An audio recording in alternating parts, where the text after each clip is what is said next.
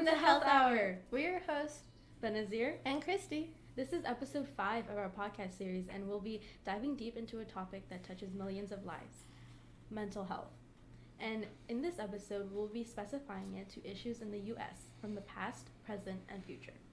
We'll explore the evolution of mental health care in the United States, discuss current issues and treatments, and consider what the future holds.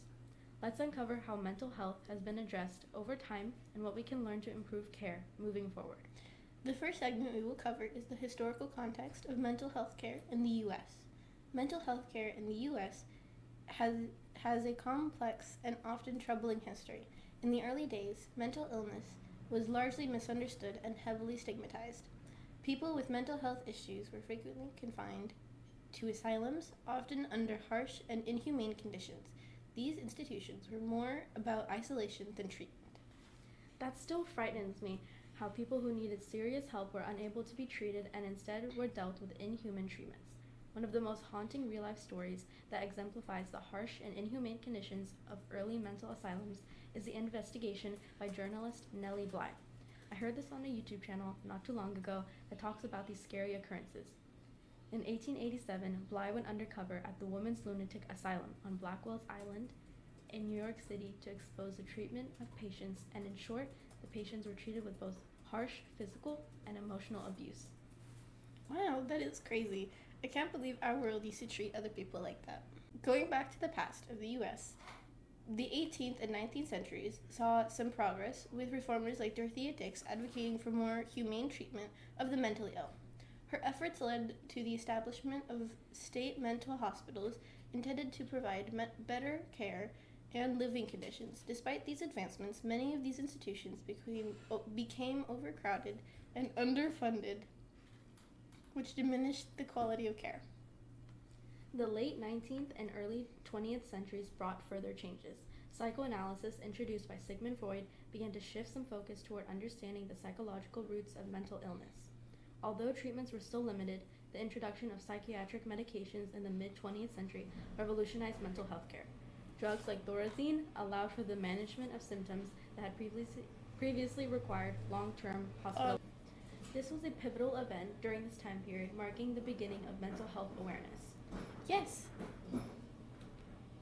The institutionalization in the 1960s and 70s aimed to integrate people with mental health illnesses into the community rather than isolating them in institutions. This movement was spurred by new psychiatric medications and a growing recognition of the inhumane conditions of many asylums. However, it also led to significant challenges, including insufficient community-based care and increased homelessness among the mentally ill. From Springer Publishing, it states that early mental health care in America was characterized by a lack of understanding and resources, leading to poor treatment outcomes and significant stigma.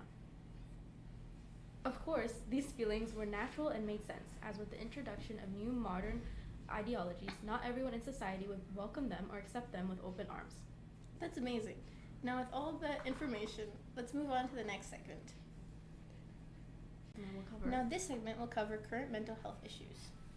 Fast forward to today, and mental health remains a critical public health issue. According to the National Institute of Mental Health, nearly 1 in 5 U.S. adults live with a mental illness. Conditions such as depression, anxiety, bipolar disorder, and schizophrenia affect millions of Americans, impacting their quality of life and ability to function. It's crazy how many people we ourselves know who are struggling with mental health illnesses and how they can overtake one's life. Access to mental health care continues to be a significant challenge. Despite advances in treatment, many people do not receive the care they need due to stigma, lack of insurance coverage, and a shortage of mental health professionals. The CDC reports that only 41% of the people who had a mental disorder in the past year received professional health care or other services. If many of you are wondering why this is, let's take it back to our second episode and why mental health disparities persist across different communities. Racial and ethnic minorities often face barriers to care, including cultural stigma, language differences, and a lack of culturally competent providers. The American Psychiatric Association notes that African Americans are less likely than white Americans to seek mental health treatment, often due to stigma and lack of access to care. Additionally, the stereotypes and internalized racism that many people of color face in their homes, workplace, and personal lives affect their ability to reach out for help. Connecting with the COVID-19 pandemic, it has exacerbated these issues, leading to increased rates of anxiety, depression, and substance abuse. According to the CDC, the pandemic has caused significant psychological distress, with a notable increase in the number of adults reporting symptoms of anxiety and depressive disorders. This highlights the urgent need for accessible and comprehensive mental health services. I myself know many people who had to undergo treatments due to their extensive anxiety and depressive states during their pandemic. It is so true. With the rise of deaths and with the quarantine, it was difficult to stay calm and at ease. Now moving on to the next segment, which will cover advances in mental health treatment. Despite the challenges, there have been significant advances in mental health treatment. Modern psychiatry offers a variety of therapies and medications that can help manage mental health conditions effectively. Cognitive behavioral therapy, or CBT, for example, is widely used to treat anxiety and depression by helping individuals change negative thought patterns. Other medications, such as the SSRIs, selective serotonin reuptake inhibitors, have become more common treatments for anxiety and depression. These medications can help balance chemicals in the brain and affect moods and emotions. In addition to traditional treatments, there is a growing interest in alternative and complementary therapies. Mindfulness and meditation, for instance, have been shown to reduce symptoms of anxiety and depression. Techniques such as yoga, acupuncture, and exercise are also being integrated into mental health treatment plans. It is very important to practice self-care and indulge in mindful sessions alone, as it is helpful for protecting your well-being and mental health. Teletherapy has gained popularity, especially during the COVID-19 pandemic. This form of therapy allows patients to receive care from the comfort of their own homes, increasing accessibility for those who might not be able to attend in-person sessions. Yeah. Okay. A report by the American Psychological Association found that telehealth services can be as effective as in-person visits for treating a range of mental health issues. With this being said, this ends this segment. From this, we can begin to see how mental health has grown in the U.S. to such an enormous and important topic in our country. It is refreshing to see the growth in our community and the proactiveness in our people. On to the next segment, we will cover personal stories and real-life impact. Personal stories can provide powerful insights into the impact of mental health issues and the importance of effective treatment. Let's hear from a couple of individuals who have navigated the challenges of mental health care. But before we begin, it is important to note that these are people who have allowed us to share their stories on this podcast. Thank you so much, Emma, David, and Tyler. All right. Okay. And with us, we have a special guest. My name's Tyler. Nice to meet you guys. Who will share his thoughts and inputs on mental health. Yeah, for sure. Thank you for having me on the podcast. I play basketball, so with my mental health over the years, I've been playing basketball since I was like 4. So over the years, I had to build like a lot of mental toughness in order to go through a lot of things. There's definitely stretches in basketball in basketball where I'm just like, oh man, I suck at this. But, the people around me and looking how at past achievements really helped me get through that. I'm not really a type of person to get like hella stressed or like get like very, very stressed out. But there's times where I do get stressed out, and what I do is I just find a way to have fun out of it. Because one thing is, if you make whatever you're doing fun or you make yourself enjoy it, then I think you'll have a really, really good time with it. I've seen a lot of people go through a lot of mental stuff in like America or like around me, and like they get like no help for it. So I think that bringing more awareness to mental health is a big thing, because once your mental health's gone, then you're done. You're cooked. So I think that mental health is a big thing that we should really emphasize a lot. Thank you so much for sharing. We can ask one more question before we end off this segment. Is there anything that's been particularly stressful or overwhelming you recently, especially now that the school year is ending? And is there any... I think you have to say it again because I was moving. I didn't know you were done. Okay. Is there anything that's been particularly stressful or overwhelming you recently, especially with the school year ending?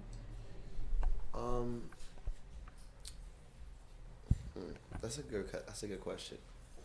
I mean, I missed like one thing in particular. I mean, I missed a month of school because I had surgery on my shoulder.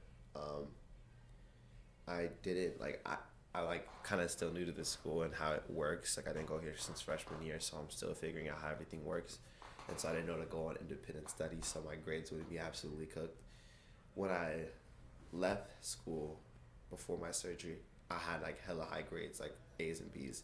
When I came back, I had C's and D's and like an F. So I was like, bro, my grades are cooked. So I'm like trying to I made an academic comeback really.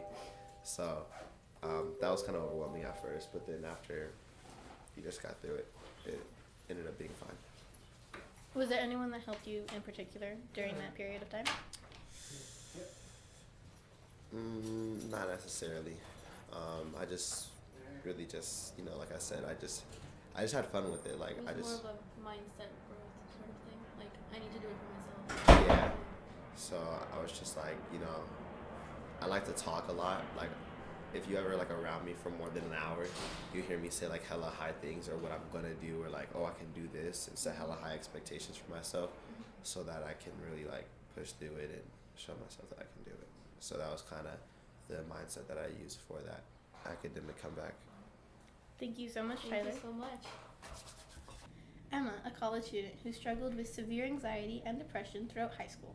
She describes how finding a supportive therapist and right medication regimen changed her life. She shares, I felt like I was drowning for years, but with the right help, I finally feel like I can breathe again.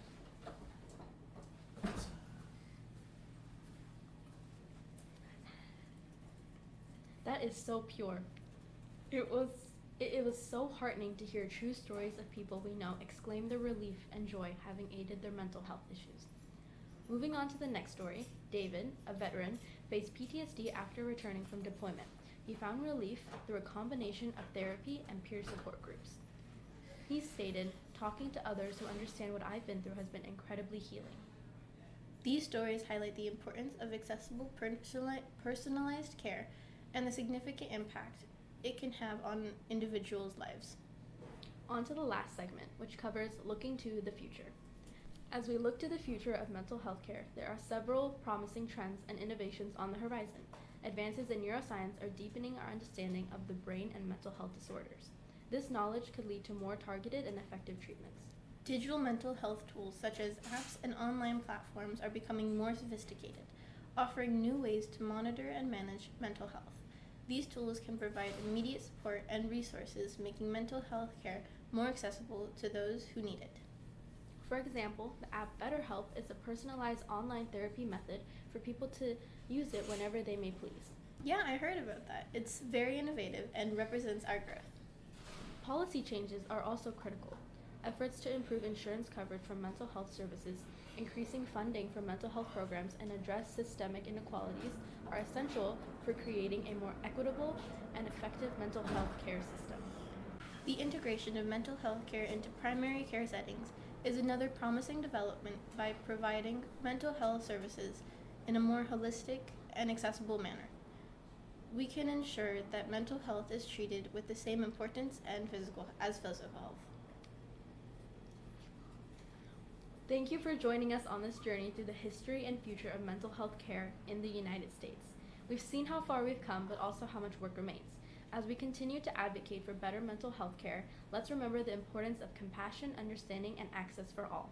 Join us next week as we explore another important health topic. Until then, Stay informed, stay compassionate, and stay healthy. bye!